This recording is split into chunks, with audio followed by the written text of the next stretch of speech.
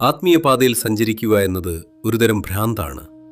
കാരണം ആത്മീയത എന്നാൽ സ്വയമില്ലാതാവുക എന്നാണ്. ഓരോ മനുഷ്യനിലുമുള്ള അതിജീവനത്തിനായുള്ള സഹജവാസനയ്ക്ക് തികച്ചും വിപരീതമാണത്. ഉള്ളിൽ പ്രവർത്തിക്കുന്ന ഈ രണ്ട് വിരുദ്ധ ശക്തികൾ കാരണം ഒരു ആത്മീയ അന്വേഷിയിൽ ഒരുപാട് ആശയക്കുഴപ്പങ്ങളും സംശയങ്ങളും ഉണ്ടായേക്കാം. ഓരോ ഘട്ടത്തിലും നിങ്ങളുടെ മനസ്സ് ചോദിക്കും, ഇതൊക്കെ അർത്ഥവത്താണോ? ശരിക്കും ഞാൻ രാവിലെ എഴുന്നേറ്റ് ശ്വാസം പിടിച്ചിരിക്കേണ്ടതുണ്ടോ? ജീവിതം നിങ്ങളെ അത്രത്തോളം തല്ലിപ്പഴുപ്പിച്ചിട്ടില്ല എന്നതാണ് സത്യം. വേദനയില്ലാതെ നിങ്ങളൊന്നും പഠിക്കില്ല. എന്നാൽ എൻ്റെ കൂടെയുള്ളവർ ബുദ്ധിമാന്മാരായിരിക്കണമെന്നും വേദനയില്ലാതെ തന്നെ കാര്യങ്ങൾ പഠിക്കണമെന്നുമാണ് ഞാൻ ആഗ്രഹിക്കുന്നത്. ഞാൻ ദിവസം 4 തവണ പ്രാണായാമം ചെയ്യണോ എന്നതല്ല വിഷയം. ഇതിന് നിരന്തരമായ ശ്രദ്ധ ആവശ്യമാണ്. പാർട്ട് ടൈമായി നിങ്ങൾക്ക് വളരാനാകില്ല, ഫുൾ ടൈം വേണം.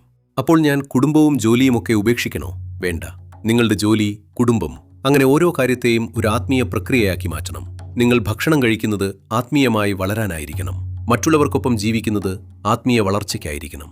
അതിനാൽ ആത്മീയ പാതയിൽ മടുപ്പ് തോന്നുന്നുണ്ടെങ്കിൽ അതിൻ്റെ അർത്ഥം നിങ്ങളുടെ മുൻഗണനകൾ മാറുന്നു എന്നാണ്. നിങ്ങളുടെ പ്രവൃത്തികൾ മാറാം, പക്ഷേ ലക്ഷ്യം ഒരിക്കലും മാറരുത്. അപ്പോൾ മാത്രമേ ലക്ഷ്യത്തിലെത്തുന്നത് എളുപ്പമാകൂ. ഈ ജന്മത്തിൽ തന്നെ അത് സാധ്യമാണ്.